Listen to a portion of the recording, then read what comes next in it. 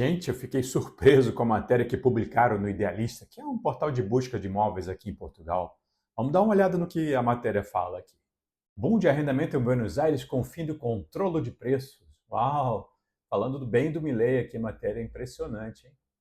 Teoria de que, ao eliminar as medidas coercitivas contra proprietários, a oferta aumenta e os preços caem. Foi confirmada na Argentina. Olha só, que beleza, hein? Que maravilha.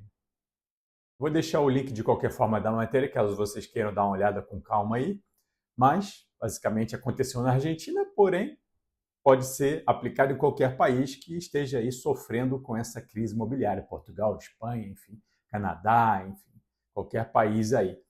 Agora a gente tem a prova, na Argentina, de que se eliminarmos as regulamentações, a oferta vai aumentar, né? Os preços vão cair e a oferta de imóveis vai aumentar. No ano passado, no primeiro dia do mandato, Milei revogou a lei dos aluguéis, através de um decreto de emergência. Era um dos regulamentos aí mais rígidos do mundo e estava em vigor desde 2020. Essa lei manteve os aluguéis congelados artificialmente, apesar dos altos índices de inflação que o país sofria. Muitos proprietários preferiram manter seus imóveis aí fechados do que alugar e perder dinheiro. Mais negócio, né?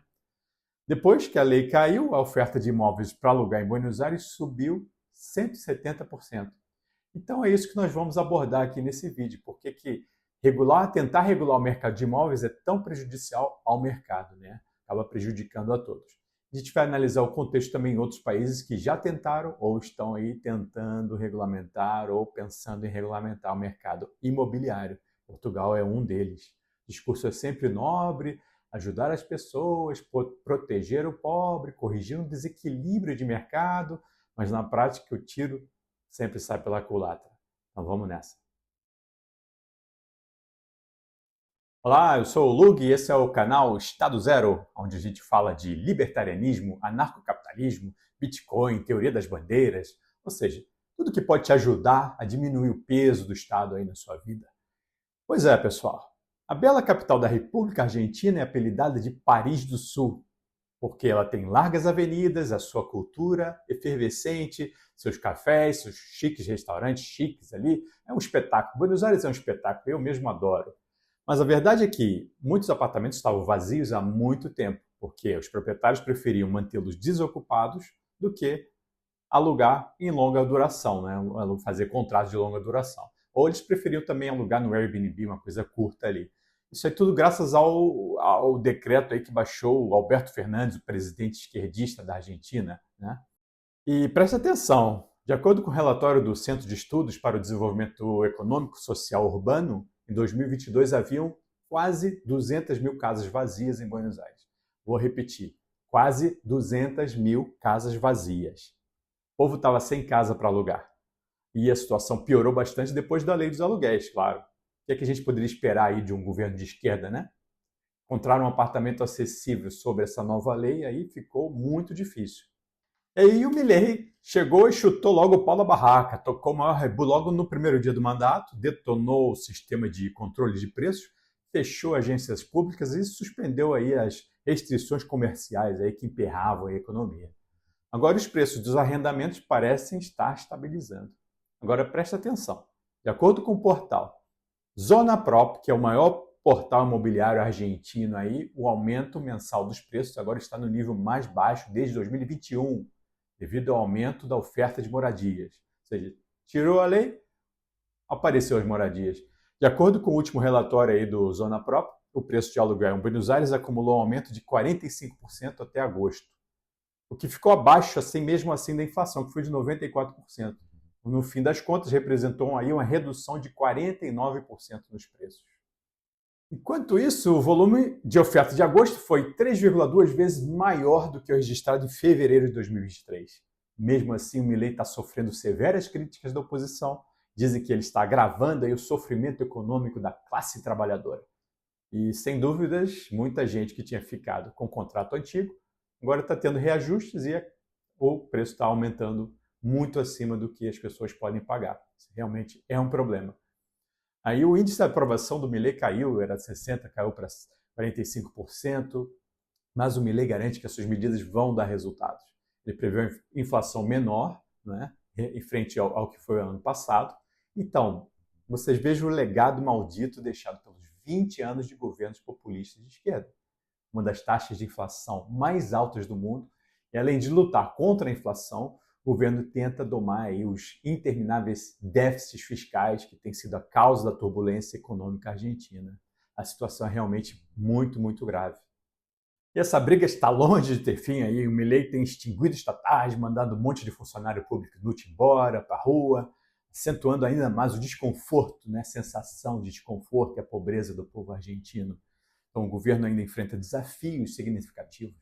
Os economistas dizem que vai ser muito difícil ainda, vai ter muita inflação e, nos últimos meses, aí teve estagnado a 4% ao mês, o que ainda é muito alto. E há pouco tempo, para novos cortes de gasto, né, face aí a procura por retomar obras públicas, aumentar aí as pensões, o salário, é pressão por tudo que é lado. Mas, pelo menos por enquanto, o mercado imobiliário está prosperando aí. E você, rapaz, fique por aí, não vai embora não, ainda temos muito o que falar aqui. Agora vamos trazer isso aqui para um contexto europeu, onde a maioria dos países aí tem governos socialistas e os governos querem fazer algo parecido, né? O que a Argentina fez. Na Espanha, por exemplo, é muito difícil aí impetrar uma ação de despejo contra um inquilino inadimplente, por exemplo. E foi até criado um movimento de extrema esquerda chamado Ocupa. Ou seja, se existe um imóvel desocupado, eles juntam uma galera, vão lá e ocupam. Algo dos moldes do MTST, aí, do invasor, né, de propriedades do Boulos, de São Paulo. São fórmulas populistas de controle de preços artificiais que já foram tentadas várias vezes na história e nunca deram certo. A Argentina é uma lição, uma advertência para todos os governos do mundo que querem conter o aumento dos aluguéis artificialmente pelo meio das leis. O mercado imobiliário é composto de donos de imóveis privados. De acordo com a Constituição, eles podem fazer o que quiserem com seus bens, desde que paguem os impostos. Tem esse detalhe, né? Experimenta não pagar o seu IPTU para você ver o que vai acontecer com o seu imóvel. O governo vai com garfo e faca na sua jugular. Ou paga ou perde o imóvel. É assim mesmo, na base da coerção. Aqui em Portugal mesmo, na minha cidade, tem um montão de imóveis vazios, caindo aos pedaços.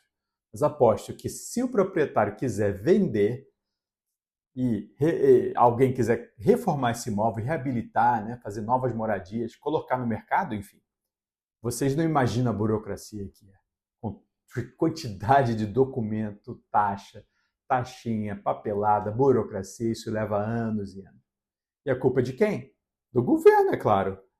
Ou seja, você está elegendo um político que promete que vai acabar com o problema que ele próprio criou. Só que não.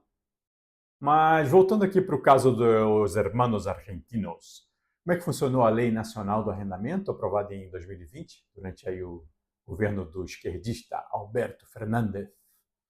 A lei exigia um contrato mínimo de 3 anos, os arrendamentos tinham que ser pagos em pesos, que era uma moeda que perdia o valor, né? Perdia muito valor em relação ao dólar, né? E os preços dos arrendamentos podiam subir só anualmente, uma vez por ano apenas. Mas a taxa de inflação era mensal, ou seja, chegava no fim do contrato, o proprietário acabava perdendo dinheiro. Por isso que muitos imóveis ficaram fechados durante muito tempo. O problema é que, com o histórico de inflação alta, os proprietários não queriam, eles tinham medo da inflação, né? E iam consumir o valor dos aluguéis muito rapidamente, né? Então, 12 meses era muito tempo para reajustar. Ninguém é bobo, né? O que acontecia é que os proprietários aumentavam bastante o preço inicial, né, do contrato, tornando muito caro para os inquilinos. Então, já era muito caro. Com essa lei, tornou mais caro ainda os imóveis na Argentina. O resultado foi que o aluguel médio de um apartamento de 2 quartos subiu 27 vezes o valor em 2019, de acordo com a própria Zona Própria. Então, parece que aquela história do cachorro correndo atrás do rabo, né? O governo criando uma lei, o mercado se adaptando à nova lei e fica nesse círculo vicioso. Bom, o resto é história, um monte de proprietário não aceitava alugar e manteve aí os imóveis fechados. Queriam deixar fechado, até que o Milei assumiu, foi o que eu falei lá atrás, revogou a lei e aí revolucionou o mercado. Tem muito mais imóvel agora no mercado. Isso é o que dá os governos tentarem intervir nos mercados. Na Espanha, já existem problemas. Em Portugal também existem problemas. O governo aí tentando regulamentar o alojamento local, né, que basicamente são os imóveis alugados de curta duração em plataformas como o Airbnb, por exemplo. Então, fazem tudo para desincentivar os proprietários de alugar no Airbnb para sobrar mais imóveis para os contratos anuais. Mas mesmo assim, tem muita gente que aluga, prefere alugar no Airbnb. Por quê? Porque Portugal se tornou um destino turístico mundial muito procurado, né? Como todo mundo sabe. Então, vale a pena o proprietário pagar para, enfim, deixar o aluguel alugado no Airbnb do que alugar em longa temporada.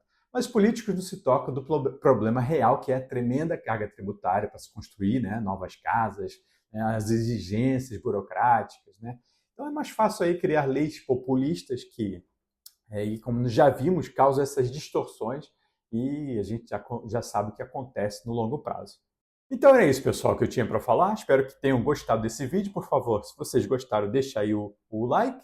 E se o conteúdo do canal é relevante para vocês, por favor, inscrevam-se no canal. E aí vamos levar aí as ideias do libertarianismo para o maior número de pessoas possível. Valeu, até a próxima.